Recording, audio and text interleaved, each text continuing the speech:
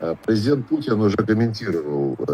président Poutine et son porte-parole, Dmitri Peskov, ont répondu à ces bruits qui courent et qui sont amplifiés par les médias, selon lesquels la Russie fournirait des renseignements. Je l'ai déjà dit, nous avons des relations très étroites avec l'Iran, notamment un accord en matière d'armement. Nous avons fourni à l'Iran du matériel militaire. Mais nous ne pouvons pas accepter ces accusations qui nous sont faites de transmettre à l'Iran du renseignement.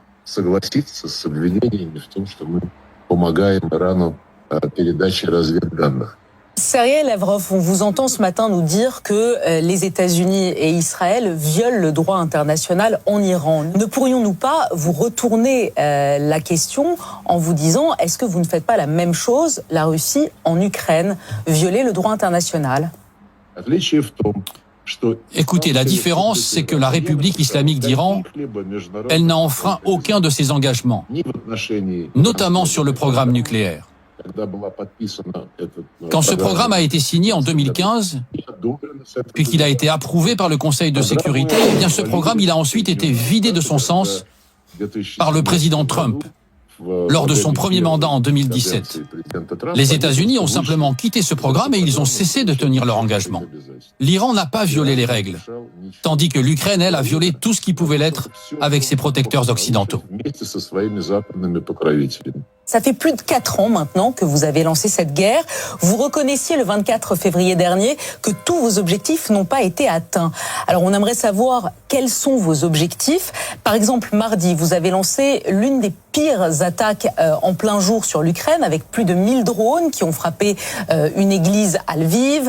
Et puis ces derniers mois, vous avez aussi frappé des écoles, des hôpitaux. Il y a des dizaines de milliers de civils ukrainiens qui sont morts dans cette guerre. Est-ce là vos objectifs? Est-ce que vous assumez ces morts civiles?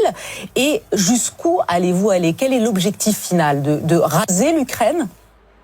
Nous l'avons dit à plusieurs reprises, notamment par la voix de notre ministre de la Défense.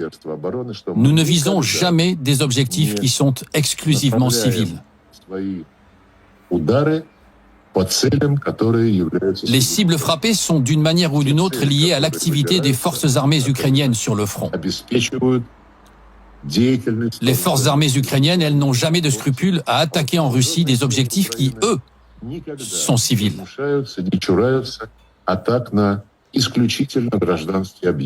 Nos reporters à nous, à France Télévisions, ont vu aussi des victimes civiles, on les a filmées, on a vu des immeubles d'habitation qui ont été visés par des drones russes, on a les images, on a les preuves. Mais au-delà de cela, je tiens à vous le dire quand même, monsieur le ministre, au-delà de ça, où en sont les négociations de paix qui ont lieu avec vos émissaires, les émissaires ukrainiens autour des États-Unis et de l'administration Trump? Est-ce que vous êtes déçu de la médiation de Donald Trump? Le président Poutine et le président Trump ont du respect l'un pour l'autre.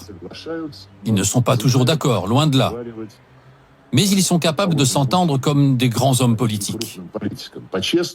C'est une conversation franche, en ne dissimulant pas les problèmes et les désaccords, dans un bon esprit.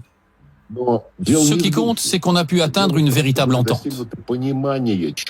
Mais ensuite, toutes les négociations qui ont suivi après le sommet d'Anchorage en Alaska, eh bien, elles ont été entravées par le fait que l'Union européenne et la direction de l'OTAN, surtout Madame Ursula von der Leyen et Monsieur Rutte, ont tout fait pour tenter de saper cette entente et de faire dévier de sa ligne l'administration américaine avec ses propositions.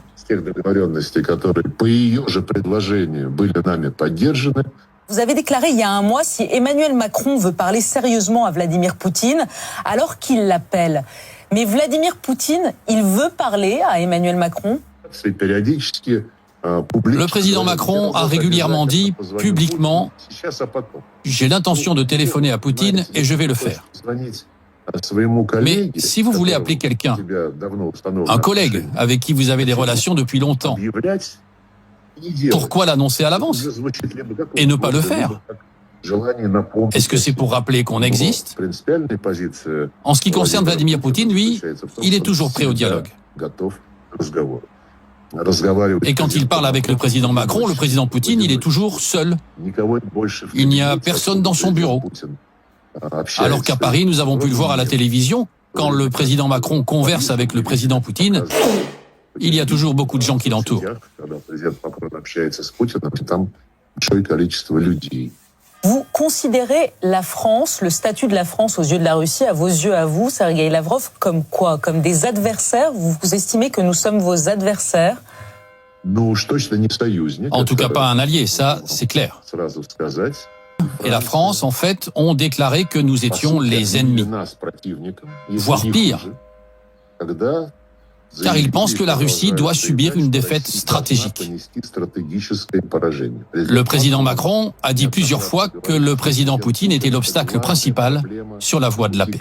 Qu'est-ce que vous répondez aux autorités françaises qui vous accusent de mener depuis des années, ici en France, une guerre hybride pour déstabiliser nos démocraties, qui craignent aussi que vous interfériez dans la future élection présidentielle, dans la future campagne présidentielle à venir en France? Le mois dernier, il y a eu en France l'assassinat de cet activiste de la droite conservatrice. C'était à Lyon. Il a été tué par des militants d'une organisation de jeunesse d'extrême gauche. Ils l'ont tué. Eh bien, l'ambassade des États-Unis et le département d'État américain n'ont pas hésité à publier un appel à punir les responsables. Ils expliquaient que la montée de l'extrême gauche en France, sa violence, était une menace pour la sécurité publique.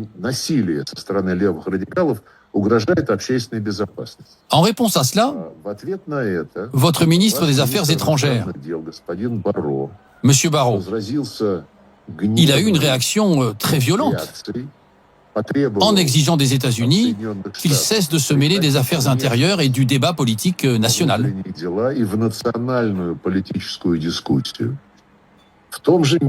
Toujours au mois de février, le ministère des Affaires étrangères, chez vous en France, a fait plusieurs déclarations sur la mort d'Alexeï Navalny, en disant clairement que la France impute toute la responsabilité de ce décès aux autorités russes.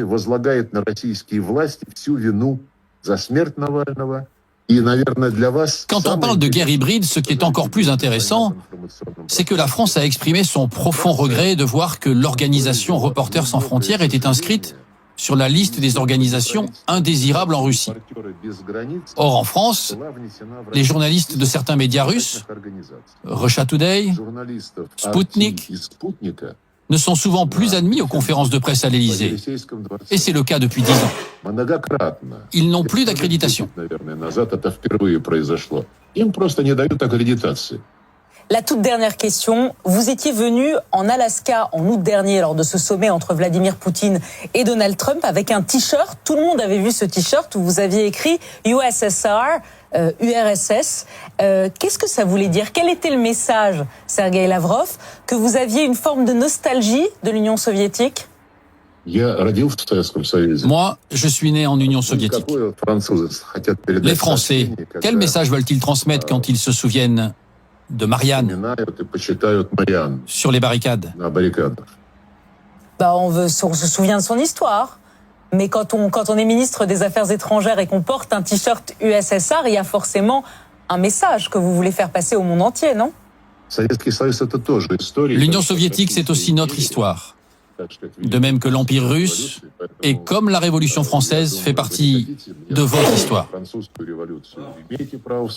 On ne peut pas vous autoriser à vous souvenir de la Révolution française et nous interdire d'évoquer notre passé.